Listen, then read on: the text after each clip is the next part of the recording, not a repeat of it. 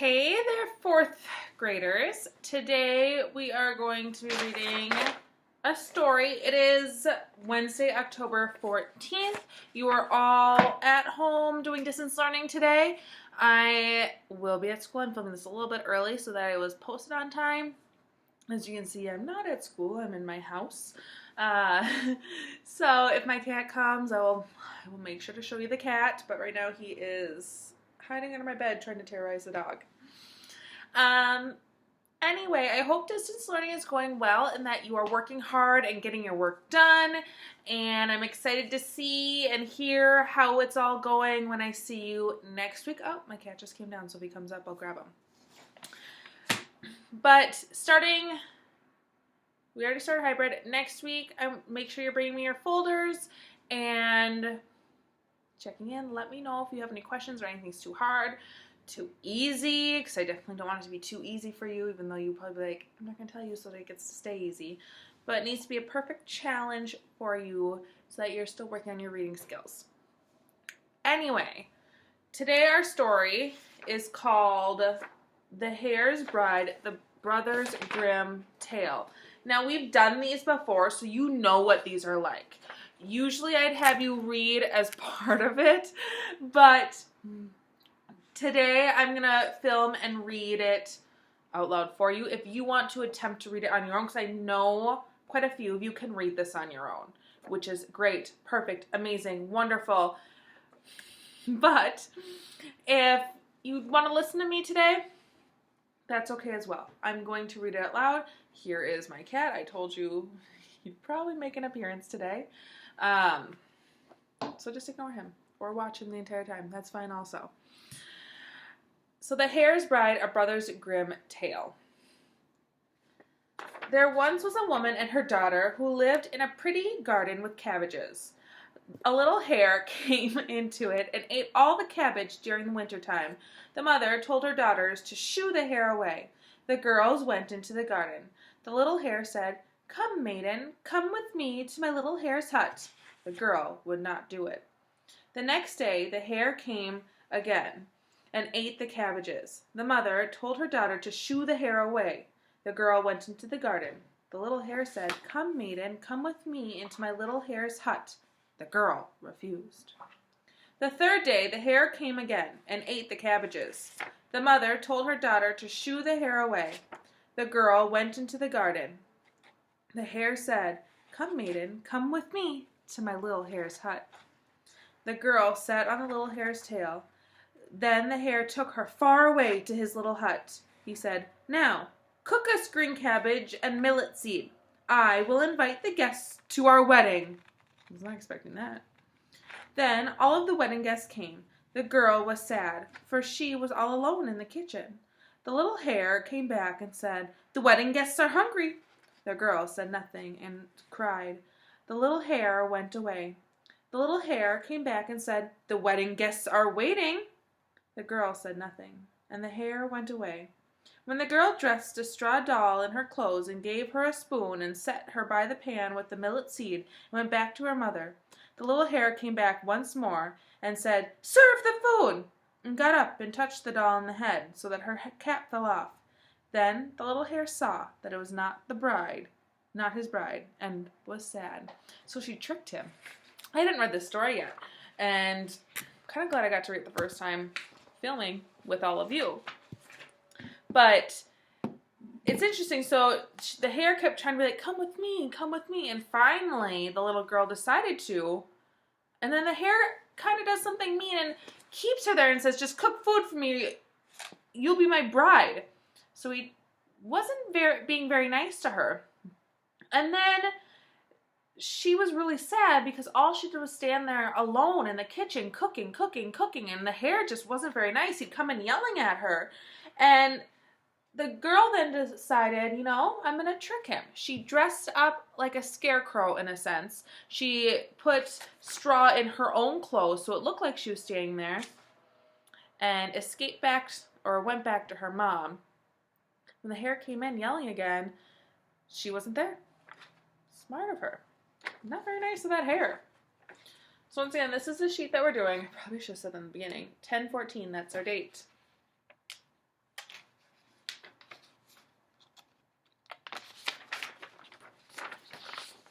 We're going to go on to the questions now. There are 6 of them for today, just like normal.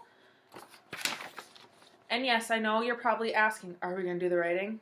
Yes, you're going to do the writing. But I won't make you do like 20 million sentences, I promise. Okay. Which prediction was changed midway through reading this text? So, think about how you thought the story was going to go at the beginning. And then how we had that twist of him taking her, and how that might change your prediction on what's going to happen in the end. Sorry, my cat just rammed into the computer. So, A, I predicted this is about 2 hares getting married, but now I realized it was a hare and a girl. Okay, so at the first, the title was The Hare's Bride. So based on that, did you think, based on just the title alone at the beginning, did you think, yeah, this is going to be about 2 hares getting married because it's The Hare's Bride? But then you realize it's a hare and a girl. That could be a good, maybe a prediction that changed because halfway through we realized he was getting the girl to be his bride, not another hare, which is weird. I was shocked. B, I predicted this was about the forest, but now I know it takes place in a zoo. Was there any prediction about a zoo, a forest, anything like that? C, I predicted this was about 2 hares getting married, but now I think it's about a hare and a fox. Did we have a fox in our story? Think about that. And D, I predicted this was a story about 2 hares being friends. Now I realize it's a hare's wedding. Was there anything in here about being friends? Based on that title too, would you have predicted friends at all? So go back through. If you need to listen to me read those explanations again, just rewind this tape. Answer it, and then we're going to move on to the next one. 2, what is one setting of the story? Setting is where it takes place, where and when. So where did it take place? What is one of them? Because there's multiple places that it took place. Oh my gosh, my cat. A, a cottage. B, the cabbage garden. C, the village market, so like a grocery store type place. Or D, a wedding chapel, so kind of like a church. So which one of these places did it take place? A, a cottage, which is kind of like a home. B, the cabbage garden. C, the village market. Or D, the wedding chapel. 3, who would be most similar to the hare? A, a dog who loves his master. B, a fox who outsmarts a farmer. C, a cat who sleeps all day. D, a horse who saves a princess. So who would be most similar to the hare? So think about what the hare did. A, a dog who loves his master. B, a fox who outsmarts his farmer. C, a cat who sleeps all day. Or D, a horse who loves a princess. I think it was a hare who loved a girl. That's my hint. 4, how are the hare and girl similar? So how are they alike? A, they both trick each other. Did they both trick each other? Did he trick her and then did she trick him back when leaving? B, they both want to get married. Do they both want to get married? We know the hare wants to get married because he's like, my bride, my bride, my bride. Does the little girl want to get married? That's kind of the biggest question here.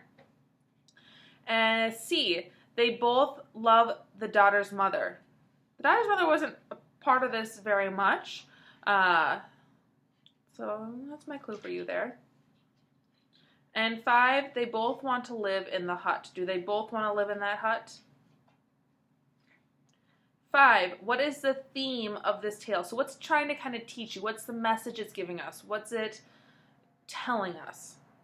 A, you cannot always trust someone's words.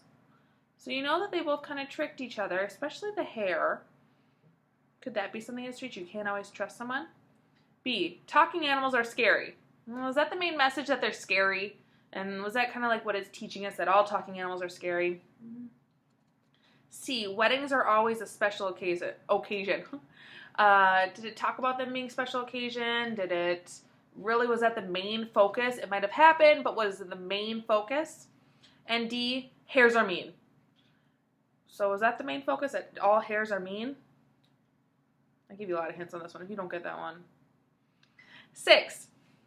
What other fairy tale has a similar theme? So which one of these also has a similar message that it's teaching you? So maybe you can't always trust someone's words? I gave you the answer basically for the last one. A, Little Red Riding Hood. B, Hansel and Gretel. C, The Three Little Pigs. Or D, all of these tales are about characters tricking someone else. So all of the above. Do they all have someone who tricks it? Think. The Big Bad Wolf. Lady in Hansel and Gretel has a lady in the forest, I believe, right? Little Red Riding Hood has that wolf trying to do stuff. So think about that. When you turn this into me on your next in-person day, I will grade this. I'm not going to share the answers now because I don't want you to just write all the answers. I want to see what you do. And when we're grading a person, it's a little different. Now we're going on to the writing. Like I said, you are going to be doing the writing. I am sorry. I know you all hate this. You just have to do it. My screen went over and it looked like I wasn't recording for a second and I would have been a little mad. Very upset. Okay. The question that you need to write about is, this story is about a very tricky hare who has tricked himself in the end. When have you tried to trick someone? Did your plan work? So have you ever done anything where you tried to trick another person, like pulling a prank, maybe I'll count? So I did. When some of you know my birthday's on April Fool's Day, and I love to pull pranks on people that I know. And when I was in school, I took out the vanilla center, like the frosting center in an Oreo, and put toothpaste. And I tried to trick everyone into eating it, being like, oh, you want an Oreo? It's my birthday. Here's an Oreo. And I tricked quite a few people into eating it. So that was one trick that I've done. Maybe you've done something else. I can't think of any more. But I know some of you play sports, so maybe there's like a trick shot or something cool you can do there, or magic tricks, or a prank, or something. If you've never done one yourself, what is one you would like to do? So if you've never tricked anyone, which is okay, then what is one that you can maybe think of that'd be cool to do? You don't want to be mean, but one that might be cool to do. Okay, because like my Oreo one, yeah, it was kind of gross, but it wasn't harmful to anyone. No one got hurt. I would like, and the second half is did your plan work? So if you've done it, did your plan work? I would like you, I'm going to go easy because this is our first week of hybrid and being online this year. I would like you to do 2 sentences. Easy. You can do that like super quick, get it done, then you can go have some fun. Long weekend. You get extra days off.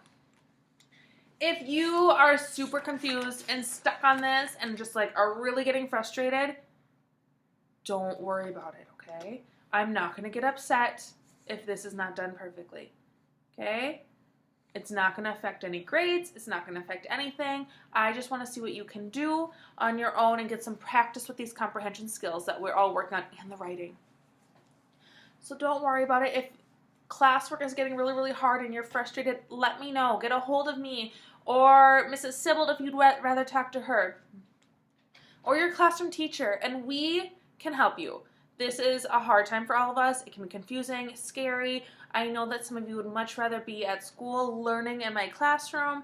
I would much rather have you learning in my classroom also because I miss all of you when you're not there, and it's no fun working at home. For me, I like to see all of you and work together. So I understand. It's tricky. If you need me or need help, reach out. You can comment in classroom. You can email. You can call me. We can set up a Google Hangout to work together. I will help any way I can. Okay? Keep up the great work. I'm very proud of you. Have a wonderful long weekend. Enjoy your extra 2 days off. I hope you get to do lots of fun stuff, sleep in, and just have fun.